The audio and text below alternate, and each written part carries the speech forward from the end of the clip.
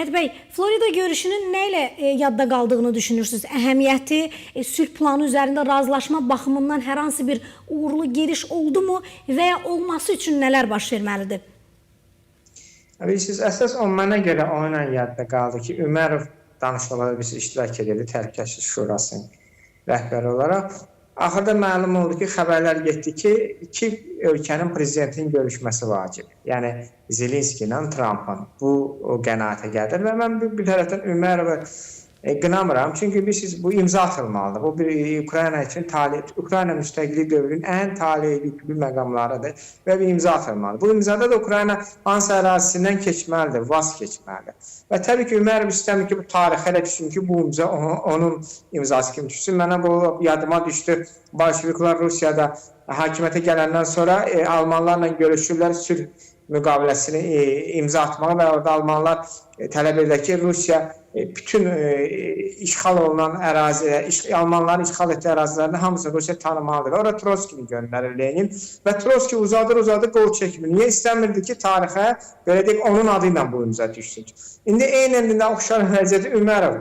Şu ona görə indi Ömərov, indi onlar Ömərov deyirlər, əslində Ömərov da indi bizim Azərbaycan Oğuz Türkçəsində. Yəni bu da istəmir qol, nəyə qol çəksin? İstənilən bu kapitulant bir qol olacaq. Yəni Ukrayna nədənsə imtina eləməli. Ona görə deyib ki, vacib olsun ki, Trump'la Zelenski görsün. Yəni məsuliyyəti Zelenskinin üstünə atmalı. Son qərarda Zelenski qolu çəksin, nə razılaşsa və düz də deyil. Ali Başkomandan Zelenski deyil. Prezident Zelenski deyil, müharibə davam etməlidir. Hər dəfə İstanbula çağırılıb, razılığa gəlinib, sonra Boris Johnson'un bir zəngi ilə, nə bilim, Joe Biden'ın bir zəngi ilə bu danışıqlardan imtina edən Zelenski deyil. İndi də gəlsin, buyursun Trump'la, Putin'in dostu Trump'la, indi otursun, nəysə razılaşsın və indiki bu Florida görüş hansısa bir nöqtə razılaşmasını, yəni ki, olacağını mən inanmıram. Yenə pas ötürüləcək prezidentlərə, yəni Ömərov öz prezidentinə pas ötürəcək ki, Zelenski ilə Trump görüşsün və bilirsiniz də bir neçə gündən sonra Trump kürəkənini göndərir Putinlə görüşə, Uitkovla kürəkəni, əsas adamlarını göndərir Putinlə görüşə.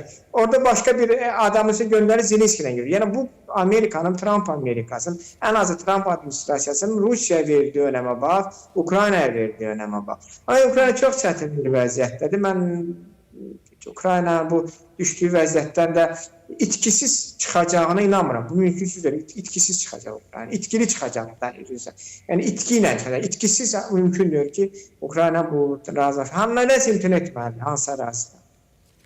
Aydındır, təhlükəsizlik zəmanəti ilə bağlı da bir də orada qaranlıq məqam var. Çünki 19 maddədə razılaşdırılır ki, ümumiyyətlə NATO qoşunları daxil olmasın. Ancaq Zelenski deyir ki, biz ümumiyyətlə belə bir məsələni qəbul edə bilmərik. Ən azından de facto bu razılaşdırılsın ki, biz nə vaxtsa NATOya üzv olmağı bacaraq. Bu istiqamətdə nə yenilik ola bilər? Son sualımdır sizə. Adama deyirəm, Maydanlar niyə elədiniz bəs? O məşhur mahnılar, mınirabı, vırabı, yəni biz qul deyilik, qul sizsiz, Ruslara yönəlib. Bu nəyə lazımdır bu Maydanlar? 2004-də bir Maydan elədilər, 2013-də bir Maydan elədilər, qışda 3 ay o şaxta havada yazıq Kliçko, Çignibok və Ditsinib, bu üçlü idi. Onun etnə KVN aparardı Zelenski. Onlar yetimlər 3 ay o şaxtada, Kiyevdə. Nəyə görə dondular? Snayperlərlə o qədər adam qırıldı mitinglərdə. Avropa Birliyi ilə NATO inteqrasiya etdi bu. Yəni bunu istəmirdisə bu vaxtında Yanukoviç, zaten Yanukoviçin nə də olsa, nə də olmasa, indi seçkilərlə seçilmiş prezident idi də. İkinci turda demokratik seçkilərlə seçilmiş prezident idi və bir ili qalmışdı səhv eləmirəm. Növbəti, onu niyə devirdiniz ki, o bədbaxt oğlunu? Sizi də qəbul elədi. Yadımda da məşhur görüş vardı. Kliçkonu, Çigniboku, Yetriniko, axırıncı Maydanın üçü lideri idi onlar. Onları Yanukoviç qəbul elədi. Bunlar gəlin nəsə razılaşdı. 3 gündən sonra məlum oldu ki, Yanukoviç qaçıb, çomadan götürdü. Yəni bu boyda, sonra bu müharibələr, Krım xalq olunan Ruslar dedilər ki, Donbası. Mən Ruslara bəhanə gətirməm. Mən sizə Ukrayna siyasətçilərin bu apardığı siyasətin nə qədər səhv olduğunu və gətirdiyi Ukrayna bu vəziyyəti sağladığını deyirəm.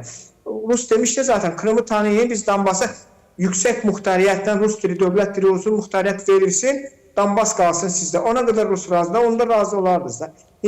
Amma indi NATO olmaz, Donbas mənimdir, Krımdan ümumiyyətlə söhbət getmir, Ukrayna hücum ordusu etməməlidir, Ukrayna müəyyən ordusu qalmalıdır və orada ordular girəcək, başqa ölkələrin orduları girəcək. Nə oldu da? Ukrayna 40 milyon, Ukraynanın 10 milyon qaçqını var hal-hazırda. 20%-ə yaxın torpağı işğal olunub. Ölkəyə dəyən ziyanı, zərbəni bu milyardlardır, 10 milyardlardır. Bunun axırını əslində elə aşağı-yuxarı vaxtında sizə daha rahat belə deyək, təkliflər edəndə bunu qəbul etməliyiz, indi qəbul edəcək. Bu boyda itki, bu boyda qurban. İstərseniz Ukrayna xalqı soruşacaq bunları.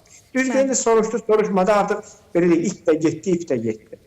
Aydın Əhəd bəy, sizə minnətdarlığımızı bildiririk. Mən təşəkkür edirəm. Sağ olun. Sağ olun.